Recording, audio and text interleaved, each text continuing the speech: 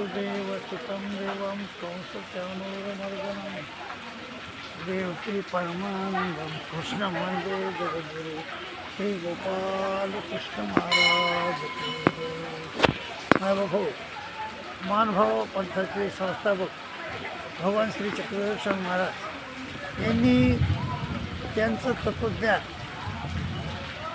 सर्व गीतेवर आधारित सांगितलं।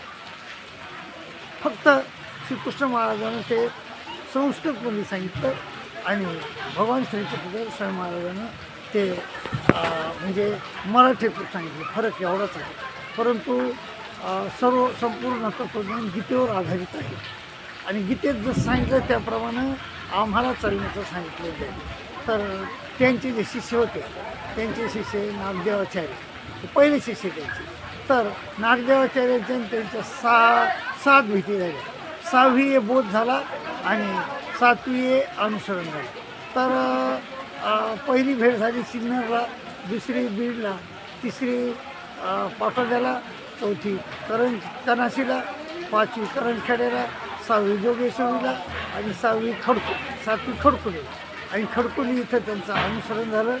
अनुसरण झाल्यानंतर भट्टोबासांना म्हणजे त्यांना भट्ट म्हणजे भट्टोबास म्हणतात। नागाचार्यांना श्री चक्रधर स्वामी महाराजांचा अत्यंत लळा लागला आणि लळा लागला, त्यांना त्यांचा लळा लागला आणि यांना त्यांचा लळा लागला।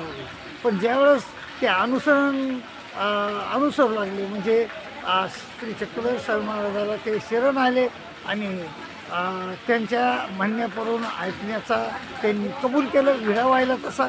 आणि तर त्यावेळेस असं ठरलं होतं की आम्ही जोपर्यंत तुम्हाला इथं राहू देऊ तोपर्यंत इथं राहणे आणि जेव्हा तुम्हाला आम्ही म्हणू इथून जा त्यावेळेस तुम्हाला इथून जावं लागेल, असं त्यांनी त्यांच्या तत्वज्ञानामध्ये त्या हे होताना म्हणजे अनुसरण घेताना सांगितलं होतं। आणि त्याप्रमाणे मग श्री चक्रधर स्वामी महाराज दिवशी नागदेवाचार्यावर उदार झाले। खडकुलीची गोष्ट आहे आणि उदार झाले आणि ते म्हणले भटो इकडे या, आणि ते भट्टोला जवळ बोललं आणि म्हणले भटो इथून तुम्ही निघून जा। ते म्हणले कुठून निघून जाऊ, मी आता कुठं जाऊ? आणि भट्ट अक्षरशः एवढे मोठे भट्ट होते पण ते अक्षरशः रडू लागले। मग बाईसा होत्या तिथं, बाई एक होत्या, तर त्या बाई म्हातारे बाई ते म्हणले बाबा नका म्हणायला, लेकरू रडायले तर राहू दे त्याला इथं। ते म्हणजे नाही, ते जर इथून गेला नाही तर त्याचं काय वाईट होईल हे ते सांगता येत नाही। आणि त्यामुळे मग भट्टोबासांनी विचार केला की आता स्वामीचं मन आहे तर आपल्याला इथून जावं लागेल। आणि मग त्याने विचार केला घरी जावा तर घर तर अविद्या आहे आणि दादोस पहिले गुरु दादोस होते द्यायचे, त्याच्याकडे जावा तर तो अनिष्ट आहे, मग जावा कुठं? तर श्री चक्रधर स्वामी महाराजांना श्रीप्रभूचा अवतार सांगितलेला आहे, तर श्रीप्रभूच्या अवतारी तिकडं जाऊ, गोविंदपूर महाराजकडं रुद्रपूरला जाऊ असं। आणि ते त्यांनी मनोगत म्हणून दाखवले की मी रुद्रपूरला जातो आणि एवढ्यावर श्री चक्रधर स्वामी महाराज खुश झाले, प्रसन्न झाले त्याच्यावर। आणि बाबा ही खरी परीक्षा होती भट्टोबासाची। भट्टोबासाला म्हणजे त्या नागदेवाचार्याला स्वामीला तिथून हाकलून द्यायचं नाही, ते काही गुन्हेगार नव्हते, त्याचा काही गुन्हा नव्हता द्यायचा, पण त्याला परीक्षा घ्यायची होती हा किती मजबूत आहे, किती टिकल आणि खरंच आपल्या लांब जाऊन हा कसा आचरण करेल, आपल्या सांगितल्याप्रमाणे हा आचरण का। मग त्यांनी त्याला पाठवलं, तर कुठं पाठवलं तर रुद्रपूरला गेले। ते म्हणले तू जाय, महिन्यानंतर वापस। पण स्वामीनं त्यांना 6 महिने बोलवलंच नाही आणि 6 महिने झाले तरी स्वामी त्याला वापस बोलवायला तयार नाहीत। परंतु भट्टोबास तिथे गेले आणि भट्टोबा स्वामीनं सांगितलं होतं की विधी पाळायचे, निषेध टाळायचे आणि दोष चुकवायचे।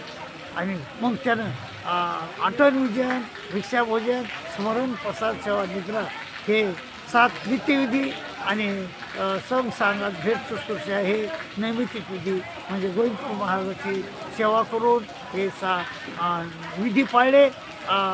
अनिष्ट अविधी, हिंसा, अन्य धर्म हे जे म्हणजे अनिष्ट आहे म्हणजे हे जे ते निषेध आहेत ते पण त्यांनी टाकले।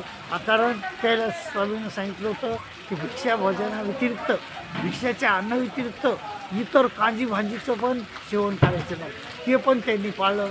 आणि दररोज भिक्षा मागायचे आणि भिक्षा मागूनच खायचे आणि भिक्षावरच आपलं उदरनिर्वाह करायचे. बाकी काहीच केलं नाही त्यांनी. गोविंदपूर महाराजाची सेवा केली. गोविंदपूर महाराज हे भगवान श्री चक्रधर महाराजाचे गुरु होते, त्यांची सेवा केली आणि आपलं भिक्षा मागायची आणि आपला उदरनिर्वाह करायचा, देवाचं स्मरण करायचं आणि तिथं राहायचं. असा हा त्याचा नियम होता. आणि मग त्यांनी त्या श्री चक्रधर स्वामी महाराजाला त्यांची ही परीक्षा घ्यायची होती आणि त्या परीक्षेत ते नागदेवाचार्य पास झाले. आणि मग शेवटी 6 महिन्यानंतर श्री चक्रधर स्वामी महाराजांना लोकांजवळ निरोप द्याला की भट्टवासाला म्हणा त्या नागदेवाचार्याला की मी तुमची वाट पाहत आहे. आणि मग भट्टवास निघाले आणि 3 दिवस चालत म्हणजे अमरावती जिल्ह्याहून तर पैठणला आले. आणि पैठणजवळ आल्यानंतर तर तिथं राहाटगाव नावाचं आहे, त्या राहाटगावी त्यांची भेट झाली. आणि भेट झाल्यानंतर स्वामींनी त्यांना आलिंगन दिलं आणि त्यांना एक शिंदे राणीचा दृष्टांत सांगितला. शिंदे राणी नावाचा एका राजाचा सेवक होता, त्याचं नाव शिंदे राणी होतं.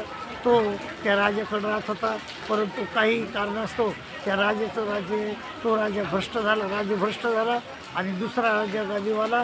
तो सगळा पायी परिवार कोणी कोणाकडे गेलं, कोणी कोणाकडे गेलं, पण हे शिंदे राणी मात्र कोणाकडे गेले नाही. आपला एक प्रकारचा उद्यम करून राहू लागले, आपला परिवाराचा उदरनिर्वाह करू लागले. आणि मग एवढ्यात पुन्हा काही दिवसाला ते तो राजा होता की ज्याकडे शिंदे राणी नोकरीला होते. आणि त्या राजा पुन्हा गादीवर आला, बसला राज्यावर. आणि मग त्यांनी एक दिवस सगळे लोक पाहिले, त्यांनी सगळे लोक दिसायले, परंतु शिंदे राणी काही दिसनच. ते म्हणले शिंदे राणी दिसनच. आणि ते म्हणले लोकांनी सांगितलं की शिंदे राणी कोणाच्या हातातले हात ओढीत नाही, तर कोणाकडे गेले नाही, फक्त एक प्रकारचा उद्यम करून राहतात आणि आपल्या कुटुंबाचा उदरनिर्वाह करतात, कोणाचा जे जगावर करत नाहीत, काय नाही.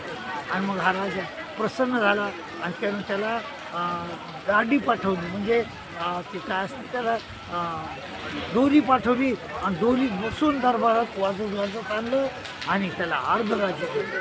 तर श्री चक्रधर स्वामी महाराजांनी देखील भट्टवासाला हा दृष्टांत सांगितला आणि त्यानं सांगितलं, भट्टो आता तुम्ही आमच्या अर्ध्या राज्याचे मालक झाले, अर्ध्या राज्याचे भागीदार झाले.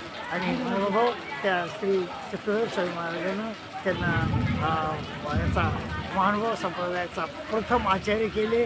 आणि त्यांना शेवटी मृत्यूनंतर पुन संबंधाला पाठवलं आणि पुन्हा तिथून काढून नेऊन त्यांना आपल्या स्वरूपी लीन करून घेतलं, म्हणजे अर्ध राज्य त्यांना दिलं. अशा प्रकारे ही भट्टवासाची परीक्षा घेतली. भट्टवास त्या परीक्षेत पास झाले.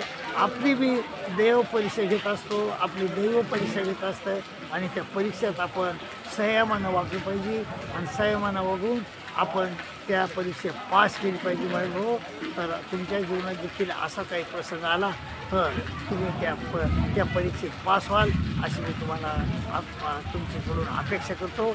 आणि त्या परीक्षेत पास होण्याची तुम्हाला शुभेच्छा बी देतो. आणि इथं तुमचा निरोप घेतो आणि थांबतो. दंडोत प्रणाम. आणि ह्या नवरात्राच्या तुम्हाला हार्दिक शुभेच्छा देतो. दंडोत प्रणाम.